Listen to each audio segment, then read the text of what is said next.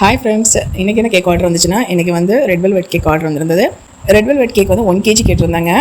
அதை வந்து நான் ரெட் வெல்வெட் கேக்குள்ளே அந்த ஸ்பாஞ்சை ரெடி பண்ணி எடுத்துகிட்டு அந்த கேக்கை 3 ஸ்லைஸ் பண்ணிவிட்டு அது ஒவ்வொரு ஸ்லைஸ்க்கு மேலேயும் எப்போது மாதிரியே சுகர் சிரப் விட்டு விப்பிங் க்ரீம் அப்ளை பண்ணிவிட்டு கொஞ்சம் பிளாக் கரண்ட் க்ரஷ்ஷும் நான் வந்து விட்டுட்டேன், டேஸ்ட்டாக இருக்கும் அப்படிங்கிறதுக்காக.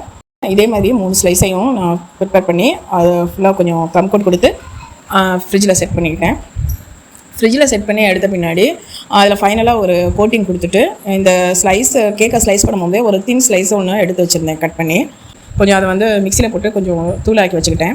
சுற்றி ஃபுல்லாக அப்ளை பண்ண பின்னாடி தான் நான் யோசிக்கிறேன், இப்போ நம்ம வந்து அவங்க வந்து கிட்கேட் கேட்டிருந்தாங்க. கிட்கேட்டை சுற்றி ஃபுல்லாக கிட்கேட் எவ்வளோ கிட்கேட் வருமோ அவ்வளோ நீங்கள் வச்சுருங்கக்கா அப்படின்னு சொல்லியிருந்தாங்க. அதனால் அந்த கிட்கேட்டை நான் வைக்கிறதுக்கு நம்ம பாட்டுக்கு இந்த க்ரம்ஸை கொடுத்துட்டோமே, இதில் எப்படி இந்த கிட்கேட் வந்து ஸ்டிக் ஆகும் அப்படின்னு சொல்லிட்டு எனக்கு ஒரு யோசனையாக இருந்தது. அப்புறம் தான் நான் வந்து ஒரு ஸ்டிக் பண்ணி பார்த்தேன், அவ்வளோவா அது வந்து நிற்கலை.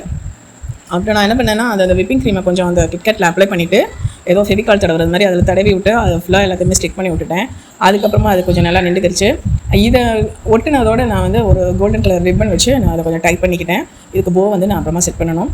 அதுக்கு மேலே வந்து நான் கொஞ்சம் இருக்கிற க்ரம்ஸை வச்சு கொஞ்சம் ஒரு ஏதாவது ஒரு டிசைன் கொடுக்கலாமே அப்படின்னு சொல்லிட்டு ஹார்ட் ஷேப் மோல்டு இருக்கு இல்லையா, அதை வச்சு நான் வந்து ஒரு க்ரம்ஸை ஃபுல்லாக ஃபில்அப் பண்ணி கொஞ்சம் சுகர் சிரப் விட்டு அதை ஃபுல்லாக நல்லா கொஞ்சம் க்ரம்ஸை ஃபுல்லாக நல்லா அதை வந்து செட் பண்ணி எடுத்து பார்த்தேன். எடுத்தோன்னா நல்லா தான் இருந்துச்சு. ஆனால் கொஞ்சம் நேரத்தில் அது வந்து அந்த சுற்றி உள்ளதெல்லாம் உதிர ஆரம்பிச்சிருச்சு.